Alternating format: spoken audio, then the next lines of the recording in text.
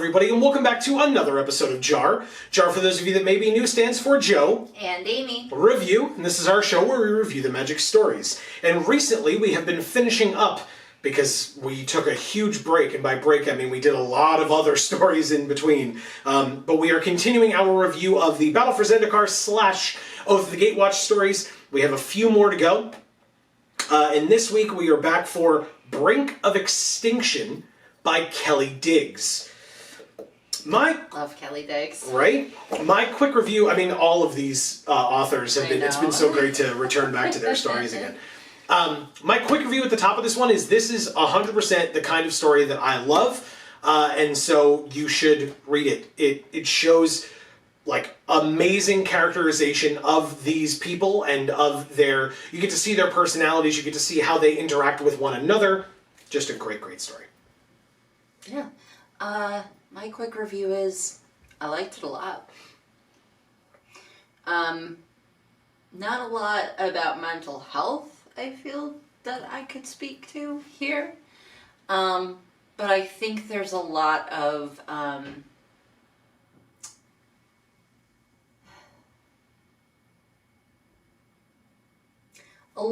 well-rounded characterization here. Yeah. Yeah, I can agree with that. And I can speak to that.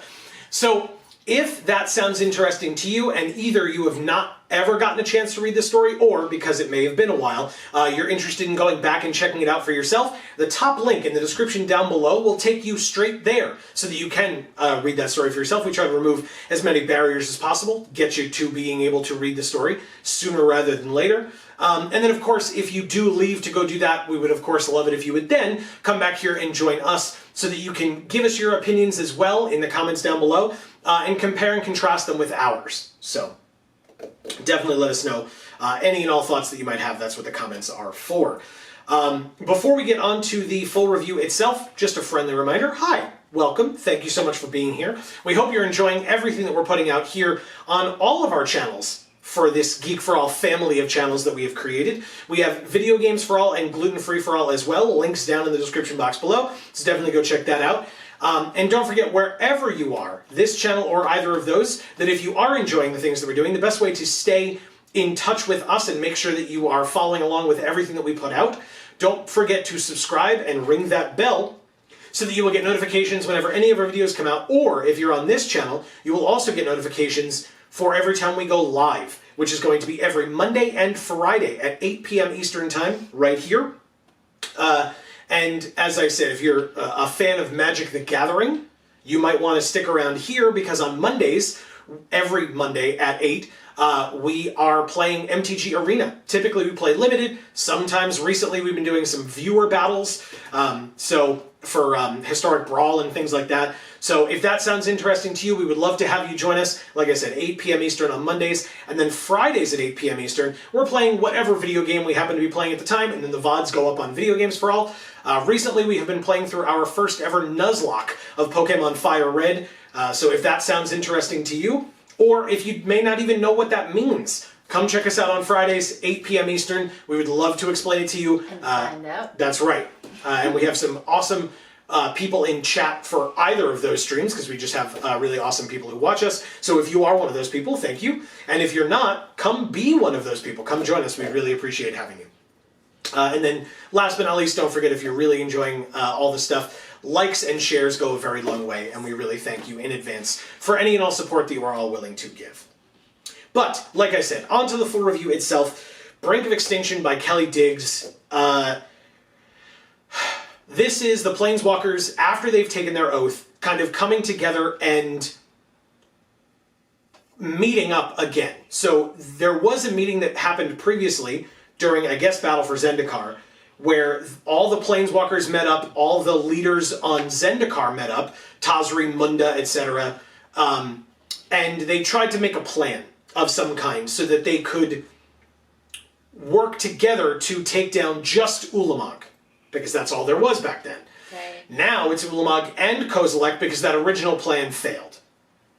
And so there's still some like lingering frustrations from that first meeting, especially with regards to Jace and Kiora. because Kiora kind of was like, I don't like the decisions you're making, I'm gonna go do it myself. Jumps out the window and kind of makes everybody deal with it. Well, do it myself really just means do something else entirely, right? Than what y'all are thinking is a good idea. Well, because again, they were trying to trap Ulamog and just stop him. Whereas she was like, nah, I've got the gods Bident, I'm gonna kill him. Right? Now she's since been humbled. Right. In realizing, she even says in this story, they don't care about us. No.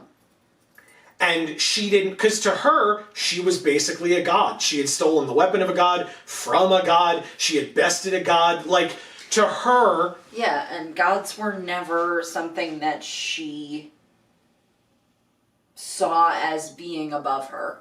Because the god that she followed was Cozy the trickster god, who basically spent every story that was ever told about him belittling and humiliating the other gods, especially Ula.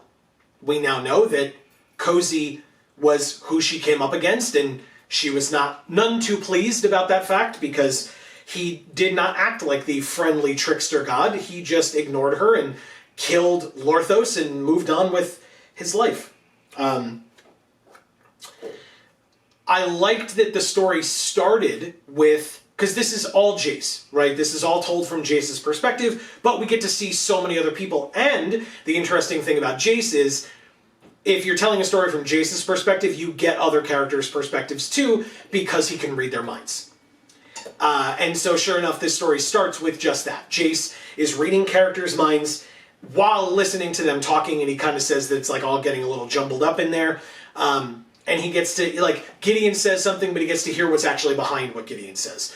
Nissa says something, he gets to hear what's behind what Gideon says. But then, of course, the best part is that Chandra says something, and then in her mind she says the exact same thing, either immediately before or immediately after, and Jace points out, Chandra being the character that she is, you don't really ever have to read her mind, because it's not news. Whatever she says is what she's thinking, or vice versa. Right.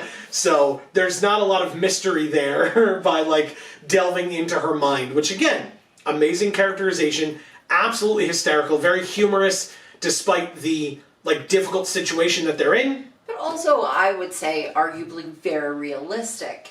In a Oh, yeah. way that I would say some of the newer stories kind of fail to convey, is that sort of realism of, like, the actual very separate and differentness of the characters, and just the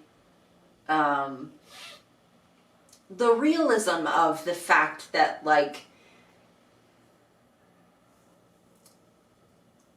different people's thoughts are going to be very different from one another. Yeah. And it's not, I don't know, I think the newer stories are just, I think they kind of fail at characterization quite in comparison to the way that these stories did characterization. Yeah. Like, they decided who these characters were and what these characters were, and they told you exactly that. And I think the newer stories sort of navigate a very confusing map of who these characters are. And so they're always riding the line of trying to be, like, almost entirely all the same. Yeah, I think that it's interesting, because I think that you have situations where in these stories, I mean, we'll talk about it later with Nissa, but these stories, the authors knew where they were going in 3 years with these stories, right? Or in 5 sets or whatever it is. Right. They knew what those stories were going to be. They knew. So they could foreshadow those stories in these. Now, with the way that stories are written now in 2022 or whatever, you're getting more of a situation where it's, well, this character's a mystery. It's like, well, do we get to find out what that mystery is? Well, I don't know that I'll be writing the stories by the time you find out what that mystery is. Right, exactly. Right? Like, it's just, you know, these people were writing these stories with a plan going way forward into the future. And unfortunately, that plan had to be squashed by... Greed? Yes, I was going to say by a large corporation. Greed. But greed. Greed. Yeah. Anyway, that's kind of really neither here nor there for this story. It's just kind of saying why this story is so good, and we don't say that to this with this much fervor for stories today. We end up finding kind of the contingent of remaining people, which you had kind of talked about last time. Now, I will say, they kind of insinuated that there are more elsewhere. It was just that the contingent that they came upon in this area was only 9 people, which is very disheartening that there were only 9 of them. But it did then seem like Tazri went off to go find more of the troops so that they could then come back together and kind of put forth that ambush or that last stand, as, you know, as maybe the next story's title will insinuate. Oh. But so we got to see characters that we recognize name-wise with Tazri, Munda, Jorien, Kiora. There was one vampire left over. It was not Drana, though, unfortunately. Nope. Then we get another interesting... So, like, there's the Jace and Kiora dichotomy that we talked about. Because it's a Jace story, there's also Jace and Nissa a lot in this story. Mm. And there's also Jace and Gideon a lot. There's not as much Jace and Chandra, because it's just Chandra kind of F's off to, like, fight, because she's not, as Jace admits, she's not the person to sit around and listen to a plan that she doesn't actually give a shit about. She basically is just going to say, just point me in whatever direction I have to shoot fire at, and that's what I'm going to do, right? That's Chandra. And Jace is aware of that, Gideon's aware of that, and so Chandra goes off and shoots fire at Eldrazi while the adults talk, right? Like, wow. I mean, I'm not fully wrong, but it may have been a mean way to say it. It does, again, foreshadowing within the story itself, right? I'm talking about, so I said foreshadowing with Nissa, and we'll talk about that in a minute, but that's for sets later. Within this story, you have Jace kind of musing over Gideon's charisma. Okay. Right? And his ability to persuade other people to want to fight and risk their lives, as opposed to Jace, who's just like, I just force people to do things if I have to, right? Like, if somebody's really not listening to me, and I know that it needs to be done, I just make them do it. Yeah, but it's not like he wants to make them do it. Correct. So it's not like he says it like that. No, but he did point out the fact that, like, you know, the charisma and the persuasiveness that Gideon has was never really something that Jace ever put stock into. Right. Right? Which I think is kind of interesting. Yeah. Especially now that he's regretting that, seemingly. Yes. Also, did you notice in this story, he says, Azor, help me? Yeah. So funny. Again, we... At first, I thought he was, like, actually trying to, like, talk to Azor. Gotcha. And I was like, seriously, dude? Like, are your memories that fucked up? And then I was like, oh, okay. Yeah, this is before he met Azor and wiped his memory and put him away on Useless Island on Ixalan. Go check out our reviews of those stories if you want, because those are very good stories. Yes. Very, very good. Yeah, I would say better than this. Well, yeah, probably. But still, like, again, this is the building blocks which they were able to do so that they could get to Ixalan stories and stuff like that. So. Yeah, that was probably, like, the pinnacle. Well, it was also the last, right? And then it went down from there. Anyway, Jace in this story, again, Jace is upset with Kiora because Kiora effed off during their main conversation, which just, like you said, wanted to kind of do her own thing because she felt like they weren't taking enough action. They were just kind of putting a Band-Aid on the problem, and she wanted to just stab a hole right through it or whatever. Right. But Kiora ends up having a problem with Jace because Jace admits a conversation that he had with Ugin at the Eye of Ugin prior to that initial meeting. And Kiora is basically like, why are we just hearing about this now? We talked about this before, and none of this came up. Right. why? Why didn't you talk to us more about this now? Or then, I should say, when we could have done more about it. Right. And Jace is kind of like, you're right, you're absolutely right, I'm sorry, I didn't tell you, but here's all my reasoning as to why. Right? And does his best to do that. But again, it's Jace having a legit reason to be upset with Kiora, and Kiora having a legit reason to be upset with Jace. And throughout the story, you go from Jace and Kiora, like, kind of throwing jabs at one another, not in a friendly manner at the beginning, then throwing jabs at one another in a friendly manner, to the point where Kiora then smiles and Jace is, like, happy to see her smile because he's trying to bring some levity to the tension. Yeah. And then it finally ends with Jace saying to Kiora, like, okay, we've got to kill these Eldrazi. I'm open to suggestions, right? He actually asks for her help. And the progression of that with those two characters in one story. I mean, again, it spans from prior stories where they were conversing with one another, but in this one story, angrily throwing jabs, lightly throwing jabs, and actually being humble and asking for help. Right. And Jace, of all people, being humble and asking for help. Like, it, again, such a cool progression there. Right. That it worked really well. I liked it a lot. It was very well written and very well done. And again, that's the kind of stuff I'm talking about, because that was not the whole story by any means, right? This was not a Jace and Kiora story.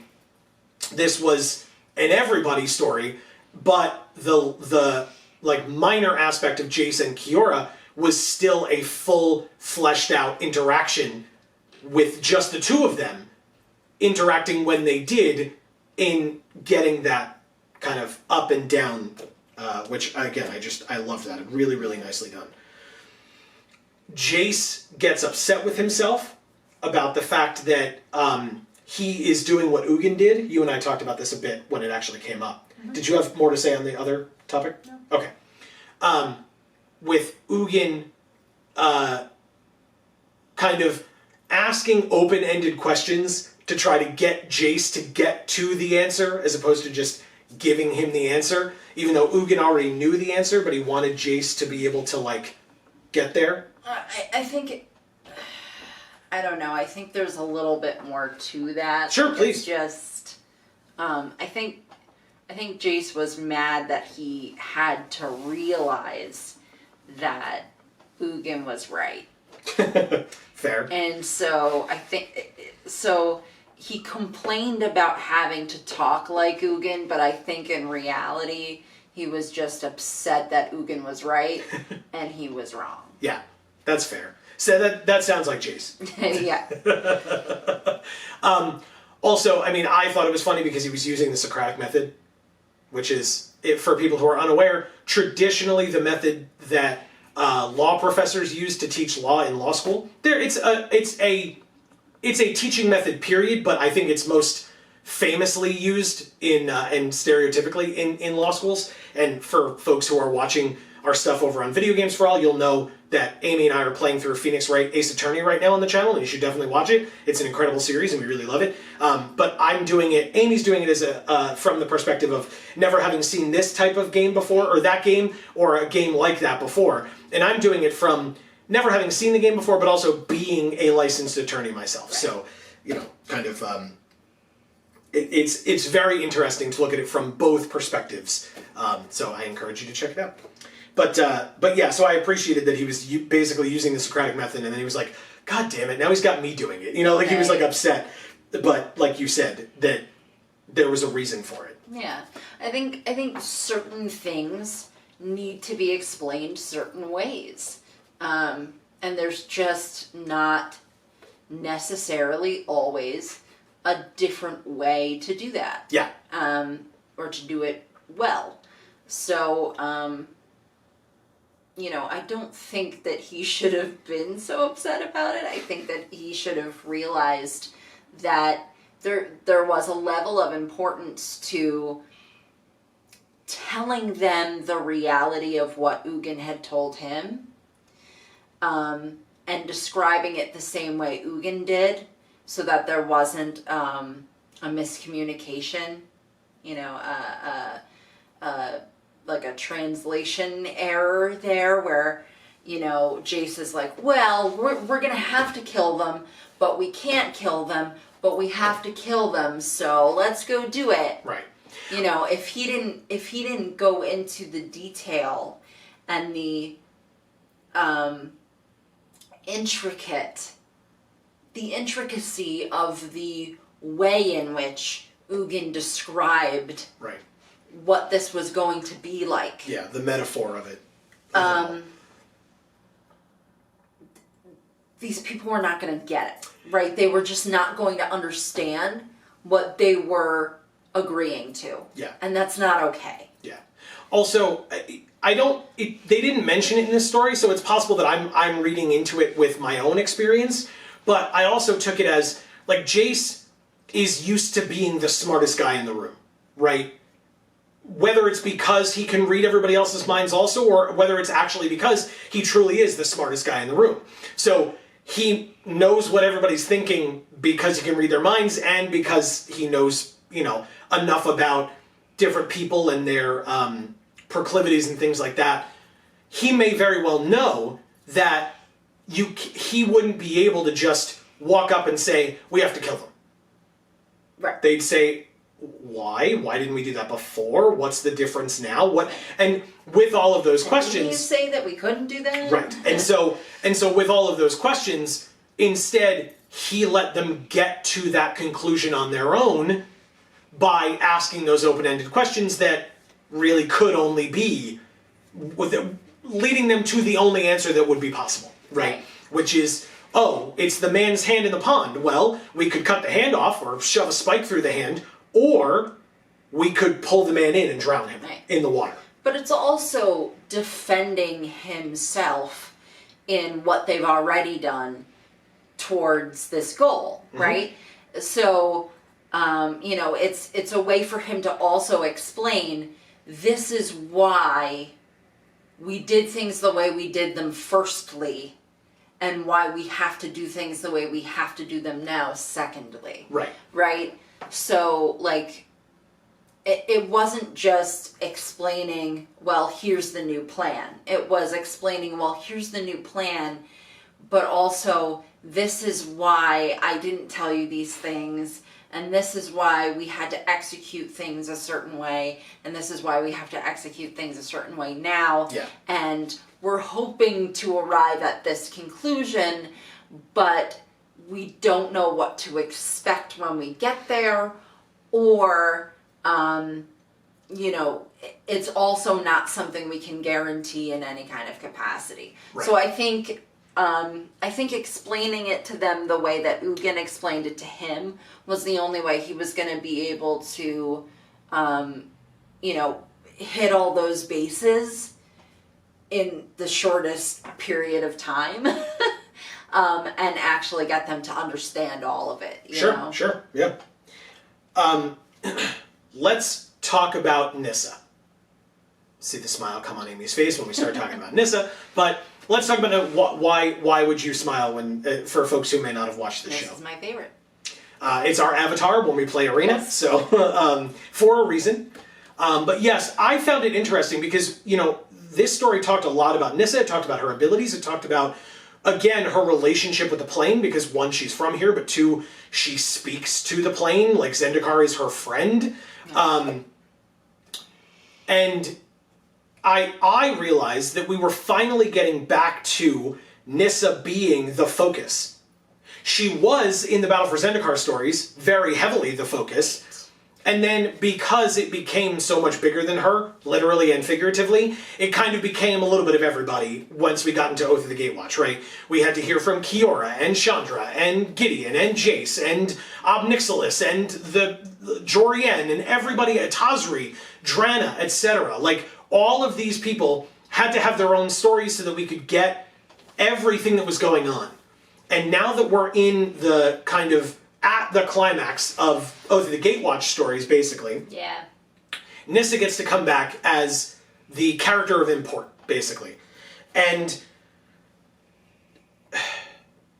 Jace gets to enter her mind again. Because Jace is like, okay, can you, Nissa, make this symbol that will hold the Eldrazi Titans without us pushing all these big-ass hedrons all over the place. Right. Because we're not going to be able to push all these big-ass hedrons around 2 Titans, but maybe with just the ley lines, you, as literally the only person on this plane who could do it, Right. could use the ley lines to make this symbol to hold them in place long enough for the rest of the plan to play out.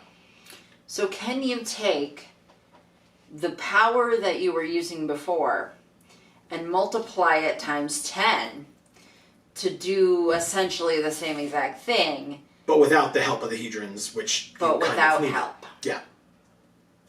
You can do that, right? Just all by yourself. We'll protect you from, like, the little guys. Right. But, you know, do the thing. Yes. Go, Nissa, go. Yes, because, and I'm going to assume you can do the thing. You're totally capable of doing the thing. Despite the fact that you didn't do the thing the first time. Not really. So, Well, because Jace's focus the first time was just solving the puzzle of the hedrons, right? And then once he solved it, he was like, oh, well, we just put them in this shape, and Nissa helped him, and etc. And in fact, it leads me into my next point, that Jace then goes back into Nissa's mind. And here is where, again, we get some awesome foreshadowing for future sets. Nissa eventually becomes part blue, right? And the reason for that, or I should say the kind of coaxing, I'll just use foreshadowing again, of that is used here. It was used previously. It will be used again on Kaladesh. Like, all of those things come together to show why Nissa becomes green-blue, even though she was always just mono-green. Mm-hmm. Yeah, I mean, I think when we got to those stories, I was sitting there going, why is she part blue other than that you needed a blue planeswalker when it came to gameplay? Because I think they didn't kind of connect those two well enough, I think. And maybe it's just that the time that it took in between when we read the stories was like too much, and I had just forgotten like the actual, okay, we get to see the process of her become part blue. Right. There was too much of like a duration of time where I just kind of like felt like they kind of skipped it. Or maybe it was just that they kind of hinted at all of these things and they didn't really like tell you. And then all of a sudden she's here, and you're like, wait a minute, what was that trip? I missed it. Right. You know, I was asleep. Which happens to me very frequently. I fall asleep in the car a lot, which is a good thing because I have motion sickness. So if I'm not sleeping, I'm usually nauseous. But anyway. Oh, so that was it. Okay, I'm sorry. Wow. That was it. It shows, this story showed Nissa's ability to kind of navigate while still in that mental realm. Jace is basically like experiencing the ley lines through Nissa's vision and seeing them going towards the Titans and feeling pain as they go towards the Titans. So he's like, I need to get away from this. But then realizes that Nissa is preventing him from going away. And he says to himself, she shouldn't be able to, and then she shows him more things. Nissa will use this ability again later on in Amonkhet when she is with Kefnet, the blue god, and he puts her in this like mental prison realm kind of a thing, right? Tries to mess with her head, and she is able to fight back against it. And fucking cool. Yes. And so again, it shows she does have that influence of blue mana in that way, and she kind of inherently knows how to handle it, even if she hasn't been training in it specifically all that time. And that's why Emrakul felt inclined to speak to Nissa and tell her the things that she told her, which was basically like, stop being everybody's pawn. Yep. You know, you are so powerful. You know, be the person playing chess. And it really made me upset that we lost the rest of that arc, because that could have been really cool to get to see Nissa basically become 3 colors, 4 colors, 5 colors. And maybe that would have been terrible for gameplay, and it would have fucked up the game, you know, or it would have, you know, made her, like, have to get banned as a card. But it would have made sense for the story for her to start kind of gaining those skills from other characters as well, that would have gotten her to the point where, okay, now she's 3 colors, now she's 4, now she's 5, because she's starting to realize that what a creature who is so powerful as Emrakul was saying to her is that you can be as powerful as I am, or maybe not as powerful as I am, but you can be pretty fucking powerful, and like, you just have no concept of how powerful you're capable of being. Right.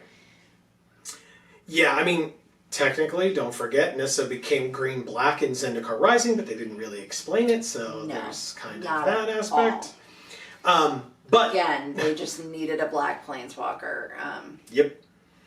Well, but, you know, she was different in that set. The other thing that frustrates me, and I'm sure it frustrates you too, but that frustrates me is that, you know, again, Nissa is such a big part of this story. We get to see her growth and her progression and her changing from being a green planeswalker to a green-blue planeswalker. She develops the relationship with Chandra. Don't get me started on it. Whether it should or shouldn't be a thing, it should. But all of that got wiped away before War of the Spark. It was just like, well, I'm going to go home. I don't like you guys anymore. And we see her a bit in War of the Spark. We see her in Zendikar Rising. And there is no indication of when we may ever see her again, because Vivian, I guess, they were like, oh, well, we already have a female green planeswalker, so we don't really need Nissa anymore. We don't... What it feels like to me, truly, without me just being sassy about it, what it feels like to me is the new writers are coming in, and I should say the new story team, because the writers are the one-off authors that are actual authors that they bring in on a contract basis, again, to save money and save having to pay people benefits. Right. But when they actually have the story team coming in and deciding how their stories are going to be going forward, it seems to me, I have no inside information, but I'm just saying how it feels. It feels like the story team is saying, well, these are all of the established characters from those people. And they did that characterization. And the fans don't like it when we add on more characterization because we just don't get it. Right. Right? And we're not doing it right, we're not doing it justice. No. So let's just get rid of them and put in our own new planeswalkers. Right. If we just rewrite them from scratch, you know, brand new characters, then we can't mischaracterize characters that already exist. Right. So we'll just get rid of all the old ones, bring in a bunch of new ones, and then soon enough, all of the people who are reading the story will be people who only know these characters and don't know the older characters and etc. Right. That's how it feels. Maybe I'm wrong, maybe I'm not. This isn't 100% what we're doing with this, but I felt that yeah, but then they still took Liliana and kept Liliana around and tried to say that she was a completely different person, which just kind of isn't how that works. And, you know, it was insulting. But they could use her breasts and cleavage to sell. Yes, they could. Things. They could. So, anyway. I mean, I could use my cleavage to sell this video, but we don't get paid for this.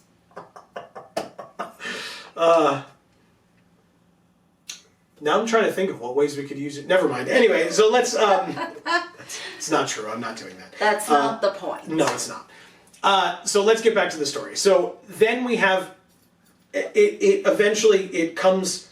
Oh, and then, sorry. Then I loved the fact that Jace and Nissa have this moment that I don't actually know if this ever really gets resolved. I think maybe it's just kind of showing a relationship forming between Jace and Nissa in this way. but it gets to the point where Nissa lets Jace see her memory of removing the final failsafe to actually release the Eldrazi. Yeah. Because she was tricked into thinking by Emrakul that doing so would mean that they would leave. And that they were the cancer on Zendikar, and that's what was hurting the plane. And so she removed the final failsafe, they all get released, and then they stay and mess up everything. Right. Jace says to her, why did you let me see that? And her point was, I didn't want to ever feel like you ripped it from my brain. Right. I didn't want you to see it without my consent. Right. And so instead I just showed it to you, and because of that trust that she showed him, he was like, all right, well, fine, we're here, I guess, and showed her the fact that he was one of the Planeswalkers who made it so that the Eldrazi needed to be released, like that they were vying for their release, basically, because he and Sarkhan and Chandra messed things up a little bit, you know? So, yeah, that A lot of people messed a lot of things up, but that's not the point. Well, it kind of is the point, right? It was kind of like you're going to show me that you messed something up, well, I'll show you that I messed something up. And so that you can start to realize it wasn't all your fault. Yeah. Right? There were a lot of factors here. There were a lot of variables, and we all fucked up. Yeah. And so now we're in this situation, and now we need to figure out how all of us that are left can fix it. Yeah. So there was that. And then finally, the story ends, again, like I said, kind of the story coming full circle within itself and having aspects of it coming full circle in future stories as well. You had Jace having to be charismatic, having to be persuasive, without using his mind mage powers. Right. And him and Nissa, based on the relationship that they formed in past stories and in this one, him and Nissa coming together and having that quick, fun little banter moment of, like, Jace standing in front of these troops that come up and they're talking to him. They're like, "Sir, we're ready." And Nissa says, "You need to say something." And he's like, "You say something." And she's like, "I'm not the one that has to, that's going to be in charge of them." To me. Yeah. And so instead, he's like, "Oh, what would Gideon do?" Right? So again, it just makes me think of those like bracelets that we used to make in church or whatever. The what would Jesus do? Jesus do bracelets. Sure. And it's like, so like Jace, I just pictured Jace like looking down at his own wrist to like see the what would Gideon do bracelet. Yeah. So dorky. Yes. And so that was that moment again, coming full circle, where earlier in this story, Jace is like, wow, how did Gideon get so charismatic? You know, I never understood how he was able to just convince people to do things just by saying that they should do it. You know, I usually just make people do stuff. And then at the end of the story, he's got to convince people to do things just by saying they need to do it. It was great. And of course, he's like, oh, right, for Zendikar. Like, it was just so funny. So well done. Yeah. So, like I said at the top, to kind of expand on it a little bit more, this is the kind of story that I love. I love it. I understand that not all of them can be this kind of story. I do. But I'm also the person that liked season 2 of The Walking Dead. Right? Not everybody did. Some people didn't like that they sat around and talked on a farm the whole season. I appreciated the relationships that all the characters formed so that if and when characters died by getting their intestines ripped out by zombies, which people very much wanted to see over and over again, you can't have that every week because you'd need 100 characters, and to be honest with you, you wouldn't give a damn. Nope. When it happened to those characters, because it would be like, who was that again? Oh, right, it was that guy? Okay, cool, whatever. Like, you need the relationships to occur first so that then you care more about them when other things come in between those relationships. Right. Whether it's a romantic relationship and then that romance gets messed up in some way for a real, legitimate reason and not homophobia. Right. When someone dies or is at threat of dying, and the only person that can save them, or the person who failed to save them, is the person who is in a close relationship with them. And so then you feel for that person who failed. Or maybe it was a relationship that two people had, but one of them was lying. And so it puts the other person in jeopardy because of it. Now you hate that first person who betrayed the other. Yeah, maybe Jace was lying about whether they could kill the Eldrazi. I'm just kidding. I mean, one of them is still, well, not one of the two of these two, but anyway, yeah, one of the Eldrazi Titans still exists technically somewhere, kind of, sort of. But we got to deal with the best Flexions one. first. The best one. I mean, the smartest one, obviously. The coolest one. Wow. The Emra coolest one. Yeah. Let's... Can't believe you made me do that. Let's end this video. That's right, it was your fault. Yep. Let's end this video.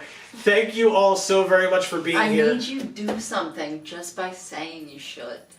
Instead of, mind maging it. So yes, thank you so much for being here. As always, we really hope everybody enjoyed about anything that we talked about today. Modern day stories, this story, etc. We want to hear from you in the comments down below. Do you agree? Do you disagree? Are you somewhere in between? Was there an aspect of this story that we didn't talk about that you want us to give our opinions on? Or you want to give us your opinions on? Heck, we talked a lot about other stories and aspects of those too. So, any and all of those thoughts that you might have, that's what the comment section down below is for. We would love to hear from you there.